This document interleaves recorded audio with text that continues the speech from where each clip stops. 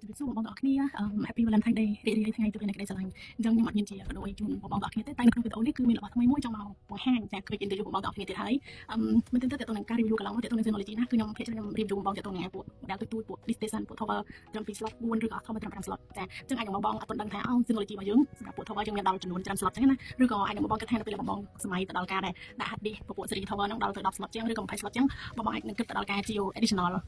expansion unit ឬក៏អញ្ចឹងទេអាចនឹងគិតទៅដល់ការជ្រើសជាមួយនឹងពួក extension តែមែនទែនទៅ technology របស់យើងតើតើនឹងពួក Tower series ក៏យើងមានជាមួយនឹង model ធំដែរបងប្អូនដែរពេលបងប្អូន first geo order ដំបូងទៅគឺវាមានចុះមកជាមួយនឹងទំហំ slot ច្រើន slot ដែលបងប្អូនអាចដាក់ hard disk ក៏ដូចជាផ្ទុកឯកសារបានទំហំធំចាអញ្ចឹងក្នុងវីដេអូនេះគឺខ្ញុំចង់បង្ហាញបងប្អូនទាំងអស់គ្នាជាមួយនឹង model មួយដែលមានឈ្មោះថា DS នេះបង DS 24 22 plus ចាអញ្ចឹងមែនទែនទៅសម្រាប់ model មួយនេះនៅពេលដែលបងប្អូន first order គឺវាមកជាមួយនឹងចំនួនtry slot ដែលបងប្អូនអាចធ្វើការទៅលើ hard disk បានចំនួន12 slot ណាបងប្អូនចានេះចាអញ្ចឹងtry slot ហ្នឹងគឺដូចគ្នាទៅនឹង model ផ្សេងៗដែរបងធ្លាប់ review បង្ហាញបងដែរចាហើយក្នុងមួយ slot ហ្នឹងគឺបងអាចធ្វើការទៅឡើង hard disk បានទំហំរហូតដល់ទៅ24ទេចា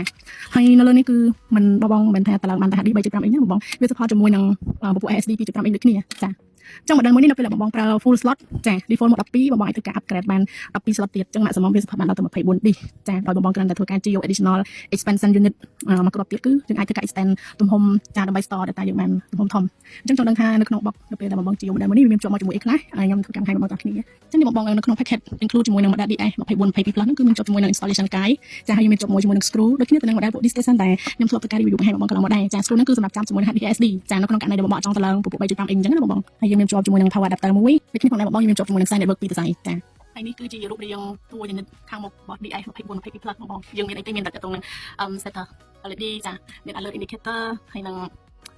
កន្លែងនឹង LAN port នៅពេលដែលយើង connect port LAN ខាងក្រោយទៅប្រហែល port មិន port គឺវា load LED លើនឹងអញ្ចឹងណាបងតែឥឡូវនេះខ្ញុំមកបង្ហាញជាមួយនឹងតួ unit ខាងក្រោយវិញម្ដងចឹងនេះបងផ្នែកតួខាងក្រោយ unit របស់ DS 24 22ទី1គឺយើងមានជាមួយនឹង power port ចានេះគឺ power port យើងមាន fan 2ចាដូចគ្នាដែលបងសម្រាប់ model នេះគឺមានជាប់មកជាមួយនឹងRJ15 port ចាមក port មក G អញ្ចឹងយើងមាន4 port ចាហើយកន្លែងនេះគឺ port expansion unit នៅក្នុងករណីដែលបងជា model នេះទៅហើយពេញ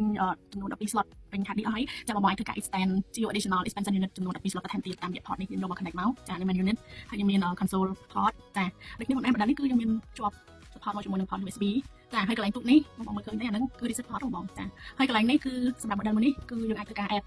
កន្លែងនេះគឺគេហៅថា PCIe expansion slot ដូចបង្ហាញចំបងខាងក្រោមហ្នឹងគឺ model default មកយើងមានតែ 1G RJ15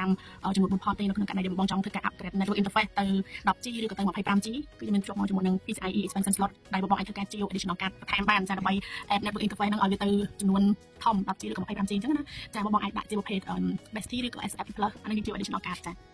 មិនឲ្យភ្លេចបញ្ជាក់បងប្អូនគ្នាសម្រាប់ model DS 24 22 plus ហ្នឹងគឺនៅពេលបងជួបគឺមានមកជាមួយនឹងទំហំ RAM default 4G មកបងចាហើយវាមាន available slot សម្រាប់ដាក់ RAM ហ្នឹងគឺមានចំនួន2 slot ដែលបងអាចធ្វើការ upgrade maximum បាន 32G មកបងហើយតើតើនឹងការ warranty គឺយើង warranty រយៈពេល3ឆ្នាំហ្នឹងពី official ពី Synology មកចាហើយក៏បងអាចធ្វើការ geo extend warranty up to 5 ឆ្នាំ maximum ចានៅក្នុងករណីដែលបងចង់បាន warranty ដល់5ឆ្នាំយើងអាច geo additional extend warranty បានចាអញ្ចឹងជាត្រឡប់មកវិញសម្រាប់ model មួយនេះគឺស័ក្តិសមមែនទែនសម្រាប់ស្ថាប័នបងដែលមានទំហំផ្ទុក data ចង់បាន storage ទំហំធំចាហើយយើងអាចធ្វើការ upgrade ទៅ future បានចំនួនច្រើន slot បងអាច consider ចាពួក Tower ហ្នឹងពួក station ហ្នឹងតម្លៃវាសមរម្យចាព្រោះបើសិនជាបង consider ពួក rack ក៏យើងមានដែរតែបើ compare តម្លៃពួក rack station 12 slot ដូច model ហ្នឹងគឺអត់មានតម្លៃ 2K ជាងឯងបងតែតម្លៃសម្រាប់ model ហ្នឹងគឺតម្លៃវាតែ 2K ជាងទេចាតែជម្រាបបងនេះក៏អត់ទាន់គិត include ទាំង hard disk នៅក្នុងហ្នឹងណាបងចាអញ្ចឹងសម្រាប់ពួកមានបន្ថែមបងអាចតាក់ទងមក contact email ឬក៏ telephone បងខាងក្រោមនឹងបានឬក៏អាចសាកសួរពួកមានបន្ថែមតាម